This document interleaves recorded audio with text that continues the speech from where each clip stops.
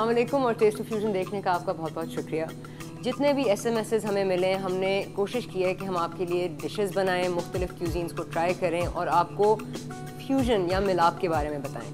आज भी मुझे फेसबुक पे एक मैसेज मिला है जिसमें आमिर भाई मुझे बता रहे हैं, dear Poppy, I love to watch your show. मुझे बहुत पसंद है, मुझे स्टेक्स बहुत पसंद हैं। दुनिया में हर क्यूजीन में डिफरेंट स्टाइल के स्टेक्स बनते हैं। क्या आप किसी शो में जापानीज स्टेक बना सकती हैं? जी आमिर भाई, आपके लिए जापानीज स्टेक ज़रूर बन सकता है। आज जो मैं डिश बनाऊंगी, जो जापानीज स्टेक बनाऊंगी, वो बनेगा भाप के दम से। इसका मतलब वो पोचिंग के टेक्निक से बनेगा। अब पोचिंग जो टेक्निक है वो फ्रांसीसी खाने में बहुत इस्तेमाल होती है, वो हमारे खाने में और ज़्यादा साउथ ईस्ट एशियन खानों में नहीं इस्तेमाल होती है। तो ये है फ्यूजन एक अपने ही लिहाज से। इसमें और साइड डिश मैं बनाऊंगी स्टर फ्राई, जिसमें मैं बहुत ताज़ी सब्जियां लूँगी और उनको बहुत ही जल्द पकाऊंगी। मैं जा रही हूँ सब्जियां उठाने, गोश्त उठाने और फिर टेस्ट ऑफ फ्यूजन बनाने।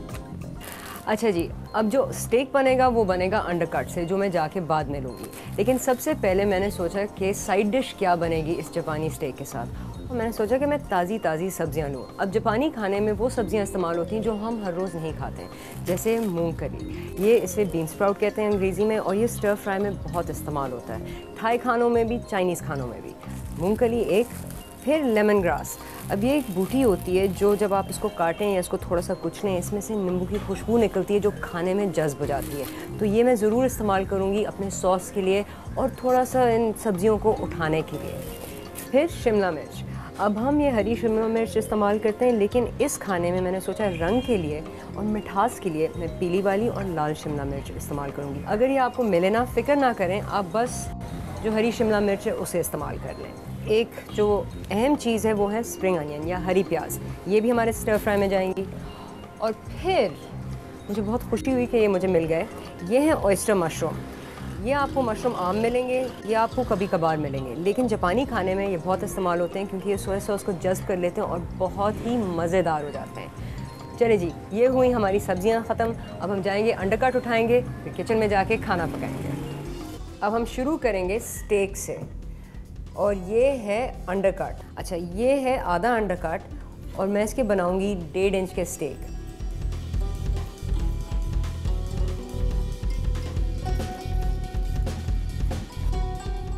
और ये देखें, ये गोश्त कितना खूबसूरत है। इसमें ये जो धारी चल रही होती है, आपको इससे मालूम पड़ता है कि ये अंडरकट कम उम्र की भैंस का है और ये बहुत ही जल्दी पकेगा। स्टेक प्लेट पे रख लें। अब हमने स्टेक्स के ऊपर जैतून का तेल डालना है, जो मसालों को वहाँ पकड़ के रखेगा और फिर उससे मसाले जज्ब हो जाएंगे गोश्त के अंदर। तो आप थोड़ा सा तेल स्टेक के ऊपर डालना है इस तरह। अगला स्टेप, आप थोड़ा सा नमक लें और इसको स्टेक्स के ऊपर छिड़क दें। फिर जी नमक के बाद यहाँ मैंने एक 5 स्पाइस पाउडर बनाया हुआ है। इसमें है लौंग, दालचीनी, अनीस जो सौंफ के पत्ते से आती है, और थोड़ी सी जवत्री और काली मिर्च। तो ये आप 2 चुटकी स्टेक के ऊपर छिड़क दें। आखिर में वसाबी पेस्ट। इस छोटे से बोल में जो हरा पेस्ट है ये आता है मूली से, जापानी मूली से, और ये इसका पेस्ट बनाते हैं क्योंकि ये बहुत ही गर्म होता है और आपके आंसू इससे निकल आएंगे अगर आप एक मुंह भर में पूरा चमचा खाएं। तो बहुत ही कम इस्तेमाल करें। और ये मैं गोश्त पे थोड़ा सा इस वक्त फैलाऊंगी। तो हर पीस पे थोड़ा थोड़ा सा वसाबी आप लगा दें। अब इन सारी चीज़ों को हाथ से मिला लें। तो चलें, अभी ये स्टेक तैयार है फ्राइंग के लिए। आज जो ये हम स्टेक बनाएंगे बहुत ही मुख्तलिफ किस्म के हैं। सबसे पहले हम इनको फ्राई करेंगे जिससे इनमें सारे मसाले जज्ब हो जाएंगे। फिर हम इनको पोच करेंगे। ये आप कह सकते हैं कि आपने एक शीरा बनाया और उसमें आपने स्टेक उबाल दिया, या आपने उसके जो भाप निकलता है उसमें दम किया है। सबसे पहले हमारा फ्राइंग पैन गर्म हो गया है। इसमें आप 2 बड़े टेबल स्पून जैतून के तेल का डालें। ये अच्छी तरह पैन में फैला दें। अब आप स्टेक को हर साइड 3 मिनट के लिए फ्राई करेंगे।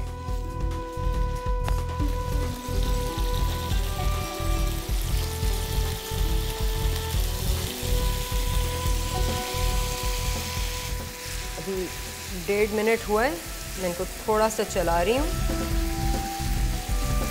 कि अच्छी तरह फ्राई हो। 3 मिनट के बाद आप स्टेक पलट दें और ये देखें कितना खूबसूरत रंग आ रहा है स्टेक के ऊपर।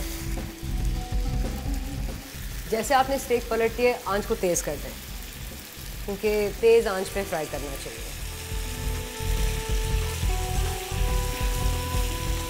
3 मिनट हो गए, आप ऑफ कर दें और स्टेक्स को एक प्लेट पे निकाल लें।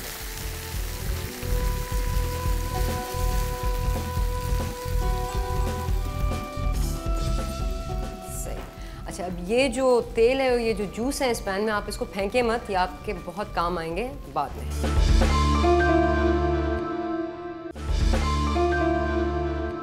अब आपने एक सिरके वाला शीरा बनाना है जिसमें ये स्टेक पकेंगे। अब आप पैन में डालेंगे पानी, कोई 300 मिलीलीटर, और इसमें शामिल करेंगे 3 टेबलस्पून चीनी। फिर इसी में आप 6 टेबलस्पून सोया सॉस के मिलाएंगे। अब जापानी खाने में थाई खाने की तरह फिश सॉस भी बहुत इस्तेमाल की जाती है। इस सॉस में सिर्फ 2 टेबलस्पून डालूंगी। फिर 4 टेबलस्पून ये जापानी सिरका है, जैस्मिन सिरका, इसमें मिलाएंगे। फिर सॉस में एक और रंग डालने के लिए ये है रेड विनेगर, लाल विनेगर, जो हम 3 टेबलस्पून मिलाएंगे इसमें। ये जो सॉस बन रहा है ये मुख्तलिफ सिरकों का बन रहा है, मुख्तलिफ जायकों के जो खट्टे होते हैं। चीनी इनको काटेगी और सलोनापन लाएगी। जब ये सॉस उबलने लगेगा और थोड़ा सा भारी बन जाएगा, हम इसमें वसाबी मिलाएंगे। इसमें आपको लगते हैं कम से कम 2 या 3 मिनट। चलें जी, सॉस बिल्कुल तैयार है। अब हम इसमें 1 टीस्पून भर के वसाबी का डालेंगे। वसाबी को मिला दें इसमें और आग थोड़ी सी कम कर दें।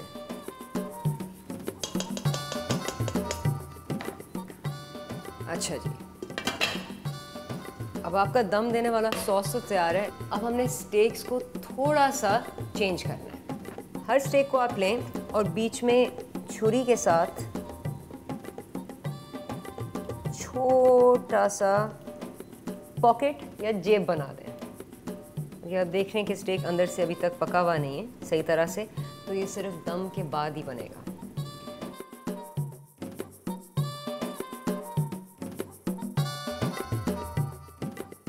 अब हम इस जेब में क्या डालेंगे? थोड़ी सी हरी प्याज और आलू बुखारे। अब ये आलू बुखारे क्योंकि सूखे हुए थे, इनको मैंने गर्म पानी में थोड़ी देर के लिए डाल दिया जिससे ये नरम हो गए। आलू बुखारे जापानी खाने में चटनी के लिहाज से खाए जाते हैं, तो आप एक एक आलू बुखारा हर जेब में भर दें। इससे ये होगा कि अंदर से जायके निकलेंगे और गोश्त के अंदर जज्ब हो जाएंगे। अब आप थोड़ी सी हरी प्याज लें और इसके लंबे लंबे स्लाइस बनाएं। अब आप हर स्लाइस को लें और अपने हाथों से जेब में भर दें, लेकिन इस तरह हो कि थोड़ी सी हरी प्याज ऊपर से इस तरह खड़ी हो। या आप इस तरह डिश बना रहे हैं जैसे आप गमले में कोई फूल या पौधा प्लांट कर रहे हैं। आप अपना सॉस वापस आंच पे रखते हैं। अब जैसे सॉस उबलेगा, आप इसमें आलू बुखारे कोई 8 दाने और शामिल कर दें। शायद आप इस वक्त समझ रहे हो कि ये सॉस बहुत खट्टा हो जाएगा, लेकिन इसमें वसाबी की जो मिर्च है या जो गरमपन जो वसाबी से आएगा वो खट्टे को बैलेंस कर देगा। सॉस को उबलने दें थोड़ा सा।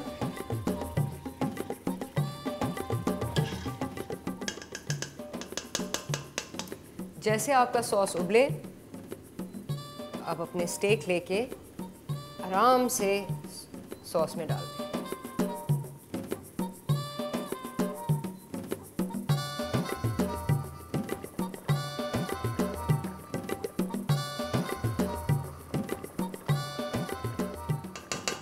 अब ढकना दे दें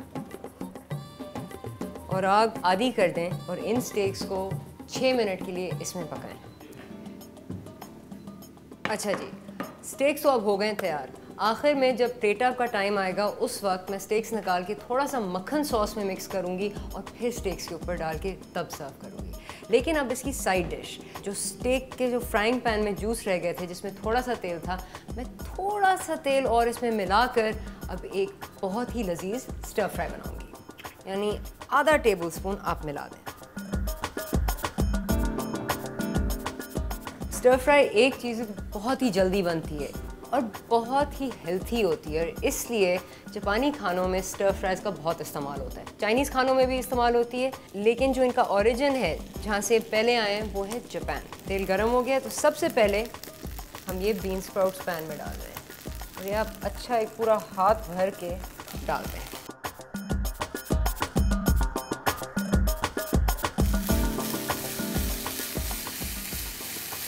जैसे इसका साइज़ कम हो, फटाफट थोड़ी सी चाइना कैबेज लें और इसको मोटा मोटा काट दें।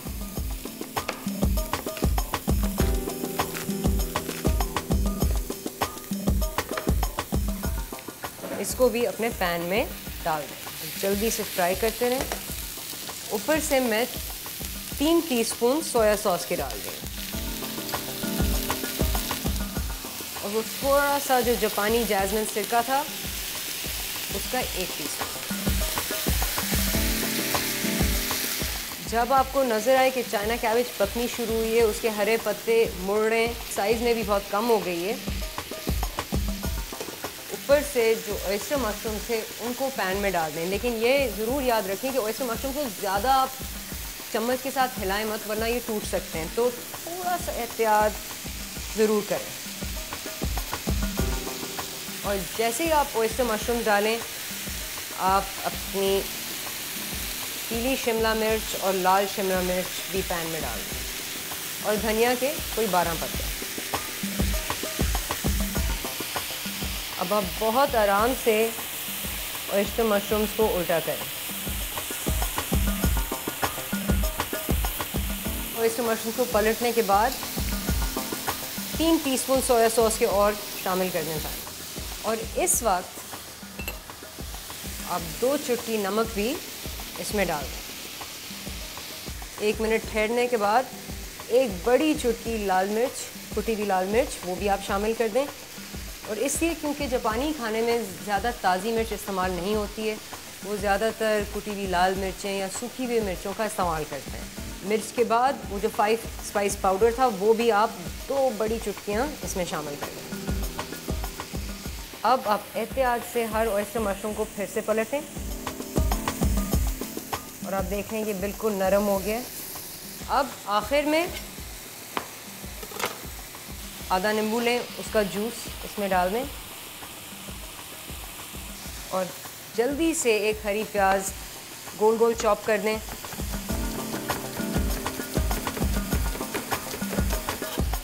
और इसमें शामिल कर दें। हरी प्याज डालने के बाद आप थोड़ा सा और नींबू इसमें स्क्वीज़ कर दें। 1 आखिरी टीस्पून सोया सॉस और 1 आखिरी टीस्पून जापानी सिरका, थोड़ा सा चलाएं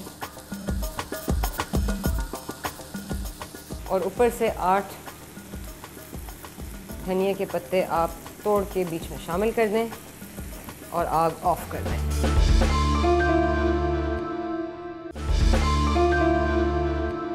चलिए जी, स्टर फ्राई अब है तैयार। बस हमने सॉस में मक्खन मिलाना है और अपने स्टेक्स पे डालना है और हम प्लेट अप के लिए हैं रेडी।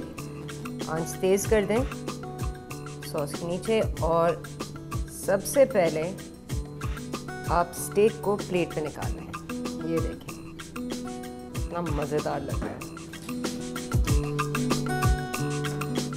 अब आप सॉस में 200 ग्राम मक्खन मिला दें।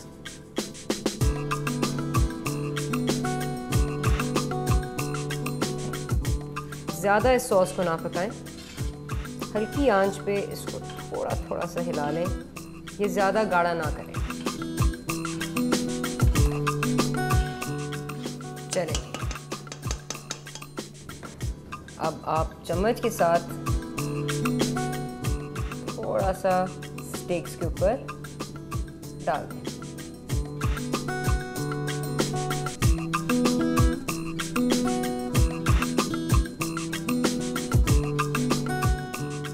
अब ज़्यादातर जो जापानी खाने आपको रेस्टोरेंट्स में मिलते हैं वो एक डिश के खाने होते हैं या सारी चीज़ें एक ही प्लेट पे होती हैं। तो जो हमारा स्टर फ्राई है, रंग के लिए हम इसी प्लेट पे सजा दें और आखिर में थोड़ी सी हरी प्याज लंबी लंबी स्लाइस करके ऊपर सजा दें। ये ने जी जापानी स्टेक वसाबी के साथ और साइड डिश स्टर फ्राई की। अब क्या टाइम हो गया, चखने का टाइम।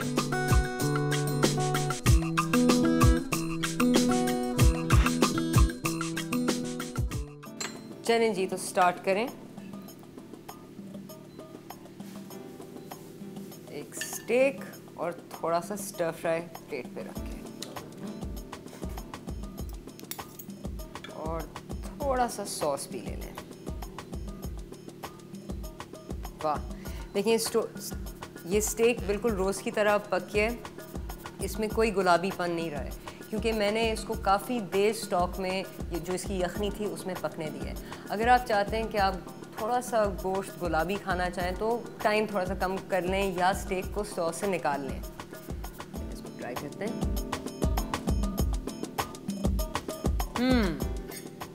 अब मुझे गोश्त बहुत पसंद है तो ये मैं स्टेक खा रही हूँ तो मुझे बहुत मज़ा आ रहा है। इसमें जो जायके हैं इस तरह लग रहा है कि मैं आलू बुखारे का सालन खा रही हूँ। मीठा और खट्टा उसका बिल्कुल बराबर का मिलाप। हालांकि हमने इसमें वसाबी डाली, इतने सारे सिरके डाले। मैंने जो बोला था कि पहले ख्याल होना चाहिए कि वसाबी से गर्मी आएगी, मिर्च आएगी, वो सिरके और चीनी और जो पानी था, सोया सॉस था, उससे बिल्कुल बैलेंस हो गया, बराबरी आ गई सारे जायकों में। तो ये बहुत ही मज़ेदार स्टेक है और बिल्कुल हल्का है क्योंकि आपने इसमें ना ज़्यादा तेल इस्तेमाल किया है, ना इसको ज़्यादा फ्राई किया है, थोड़ा सा आपने साइड्स पे तला है और फिर दम में पकाया है। तो एक तो बहुत हेल्थी है और बहुत आसान है।